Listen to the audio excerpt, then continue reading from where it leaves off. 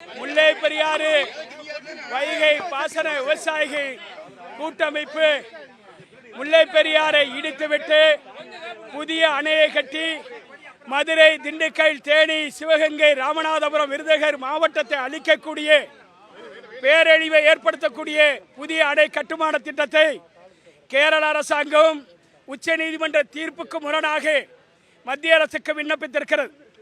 மத்திய சுற்றுச்சூழல் துறை அமைச்சகம் தனி குழுவை நியமித்து கடந்த மே 4ஆம் தேதி உத்தரவிட்டு இன்றைக்கு அதற்கான ஆய்வு கூட்டத்தையும் நிர்ணயித்திருக்கிறது. அந்த திட்டம் உச்சநீதிமன்ற தீர்ப்புக்கு முரணானது என்று தெரிஞ்சும் மோடி அரசு தமிழக விவசாயிகளை அழிக்கும் உள்நோக்கத்தோடு அதற்கு ஏற்றுக்கொண்டு ஆய்வுக்குழு அமைத்திருப்பதை வன்மையாக கண்டிக்கிறோம். தமிழ்நாடு அரசு கடந்த ஜனவரி மாதம் முன்மொழிந்த அந்த வரைவு திட்ட அறிக்கை குறித்து வாய் திறக்காமல் மூடி மறைத்திருக்கிறது. இது வன்மையாக கண்டிக்கத்தக்கது. இன்றைக்கு நடைபெற இருந்த கூட்டம், இன்றைக்கு அந்த கூட்டத்துக்கு எதிராக மதுரையில் விவசாயிகள் ஒன்றுபடுவதை அறிந்து இன்று காலையில் கூட்டம் ஒத்திவைக்கப்பட்டிருக்கிறது. ஆனால் முல்லை பெரியாரை உடைத்துவிட்டு புதிய அணை கட்டும் விண்ணப்பத்தை நிராகரிக்கவில்லை.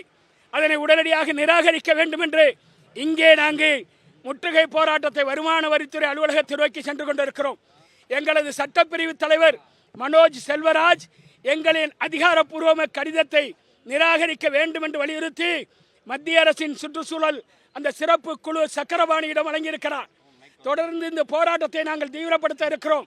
தமிழ்நாடு அரசு மோடி அரசோடு கூட்டு சேர்ந்து நீராதார உரிமைகளை பறிகொடுப்பதற்கு ஸ்டாலின் முயற்சி எடுத்து விட்டாரோ என்று அஞ்ச தோன்றுகிறது.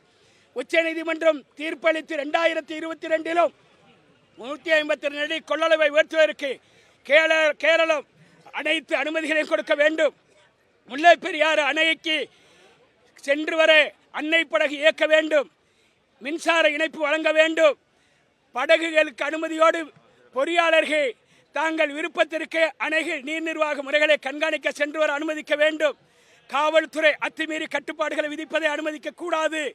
காவல்துறை அனுமதிக்க மறுப்பதால் பொறியாளர்கள் சென்று வரவில்லை. அங்கே மரங்கள் வெட்டப்பட அனுமதி கொடுத்திருக்கிறது.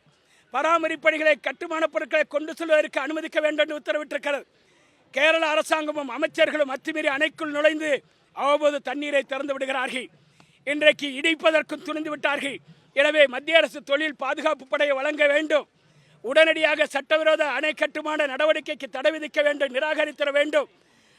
மறுத்தால் தமிழ்நாடு அரசு விரைந்து கேரள அரசின் மீது உச்சநீதிமன்றத்தை அவமதிப்பு வழக்கு கேரள அரசின் மீது தொடுக்க வேண்டும் என்று வலியுறுத்தி தான் இந்த போராட்டத்தை தீவிரப்படுத்தி இருக்கிறோம். செய்திகளை உடனுக்குடனும் துல்லியமாகவும் தெரிந்து கொள்ள சப்ஸ்கிரைப் பண்ணுங்க.